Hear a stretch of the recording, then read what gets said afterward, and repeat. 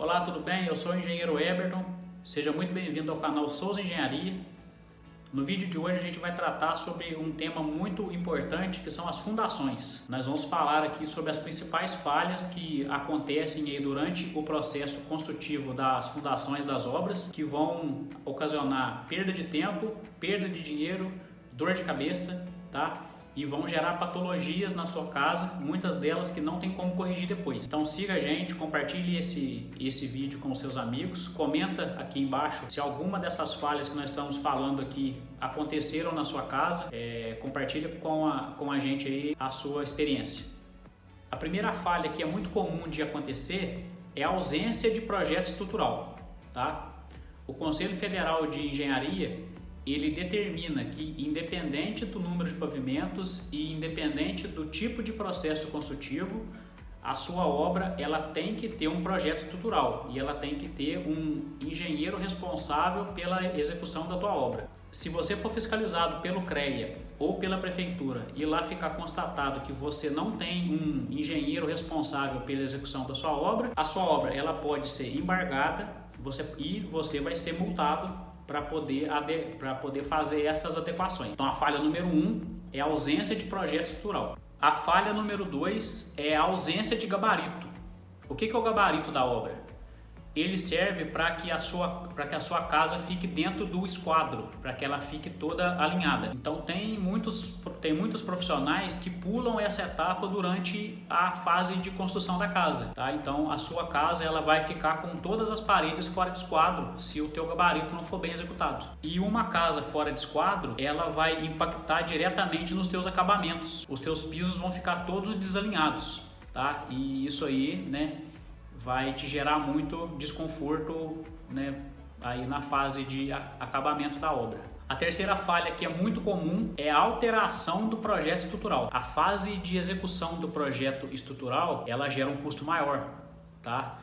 Principalmente se a sua obra tiver fundações mais pesadas. Então o teu projeto vai ter uma fundação mais pesada por conta da carga que a tua casa tiver exercendo sobre o solo. Então muitas pessoas alteram o projeto. Elas contratam um engenheiro calculista, ele vai fazer o estudo de solo, e em cima desse estudo de solo ele faz o teu projeto estrutural e a pessoa, ou o próprio pedreiro, ou a pessoa que arma as ferragens, ela altera o projeto, colocando menos aço do que aquilo que está lançado no projeto estrutural, ou reduzindo as dimensões dos elementos estruturais.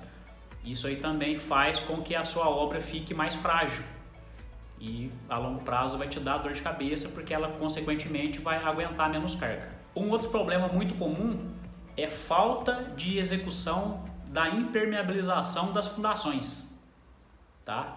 Quando a sua obra estiver com as vigas baldrames e com as sapatas todas concretadas, você tem que fazer uma camada de impermeabilização tanto das bases quanto das paredes. A sua casa tem que ser impermeabilizada por toda a sua base, inclusive as 3 primeiras fiadas de parede também tem que ser impermeabilizadas. A falta de impermeabilização da base, ela gera subida de água por capilaridade. Então qualquer umidade que tiver na área externa da sua casa, a água vai subir pela sua base e vai subir pelas paredes, gerando várias patologias que a gente chama, né, popularmente de infiltrações. A falta de impermeabilização gera problemas muito sérios na sua construção e que não são fáceis de se corrigir depois. Uma outra falha muito comum é a falha de compactação de solo, tá? Às vezes você vai fazer um pequeno aterro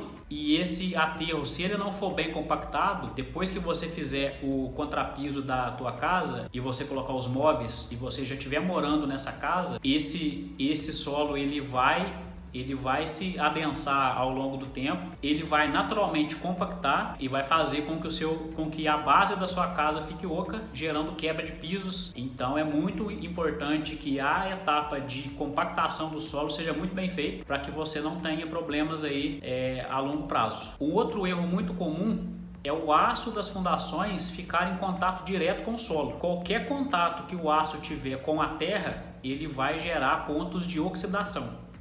Então, para que você coloque tanto as sapatas quanto as vigas, é necessário que você faça uma pequena camada de concreto no fundo da viga ou que você faça uma camada de brita. Para que serve essa camada?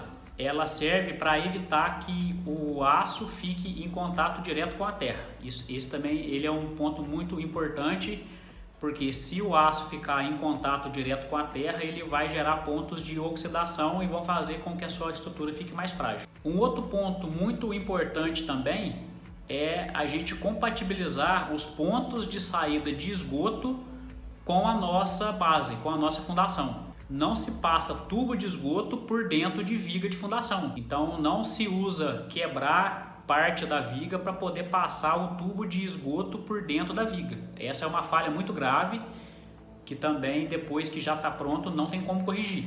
Então evite fazer isso aí na sua obra, porque isso aí vai te dar dor de cabeça para o futuro. Um outro item muito importante é a etapa de drenagem. Por exemplo, se você fizer um muro de arrimo, é importante que esse muro seja drenado.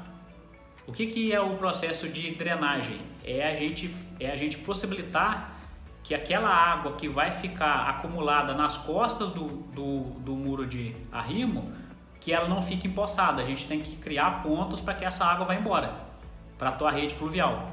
Se a água ficar empoçada nas costas do muro, ela vai gerar infiltração na parede do muro e ela vai fazer com que o muro fique mais fraco, podendo gerar até o colapso estrutural desse muro. Tá bom? Então não existe execução de muro de arrimo sem drenagem. Bom, esses são os pontos que eu queria trazer para vocês que dizem respeito à fase de fundações. Se inscreva no canal, compartilhe esse vídeo e comente aqui embaixo também se você tem algum tipo de problema que a gente falou nesse vídeo aqui. Compartilhe a sua experiência com a gente.